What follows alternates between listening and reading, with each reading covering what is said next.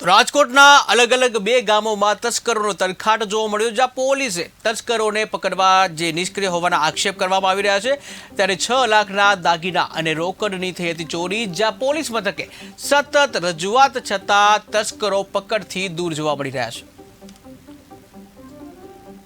છોકરા મોટા છોકરા લગ્ન હતા, અમે ખરીદી કરવા ગયા, પેટારામાં દાગીના રૂપિયા હતા, અમે રાખ્યા હતા. તો પાછા આવે ને મારા મોટા છોકરાના કોના દાગીના ઉપલેટા પીડા હતા, તો અમે લેવા જવાના હતા. મેં મારા ઘરના કીધું બિલ કાઢી, મેં કીધું મારા ઘરના કે બિલે નથી, રૂપિયા નથી. તો અમે પોલીસને ફરિયાદ કરી સાહેબ. એના 2 મહિના થઈ ગયા. અમે વાલે કરે જાય તો કે તમારું થઈ જાય. ડીએસપી સાહેબને મેં કાલે ફોનમાં વાત કરી તો કે તપાસ ચાલુ છે, એવી અમને ધક્કા ખવડાવી મોકલી દઈ છે.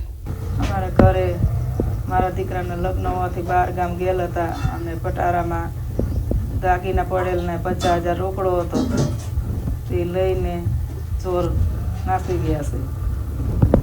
અત્યારે મારા દીકરાના લગ્ન હોવાથી અમે ઉસી ઉધાર અને વ્યાજે રૂપિયા લઈને આબરૂ હાચવવા વરો કરેલ.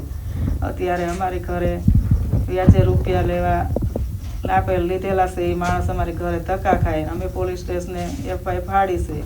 તો અમારી સેફટી હું થોડા દિવસે અમારું જૂનું અમારું બાપ દાદાના દાગીના હતા, અમારી કમાણી હતી, અમારા 7 તોલા સોનું, અત્યારે 6-7 લાખનું સોનું થાય, બધું અમારું લઈને વયા ગયા છે. તો અમારે શું કરવું હવે? પોલીસને અમે કેટલી વાર અમે બધી તપાસ કરીએ છીએ, અમને કોઈ આમાં કાંઈ